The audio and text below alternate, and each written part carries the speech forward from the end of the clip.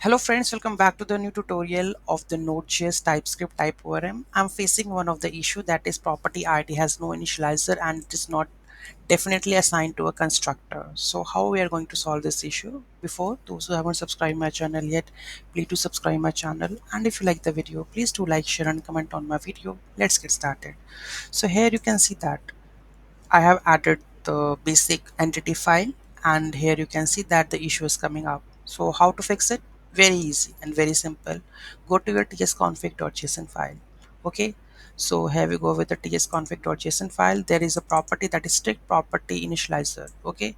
Make sure to enable it, save it, and the error resolved. Okay. So there is no error.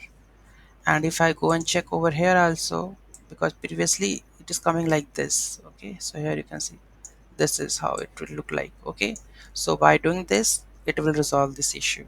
Okay, so any doubt, any query in that, do let me know in the comment section. Thank you so much for watching this video. Have a great day, and don't forget to like, share and comment on my video. Have a nice day.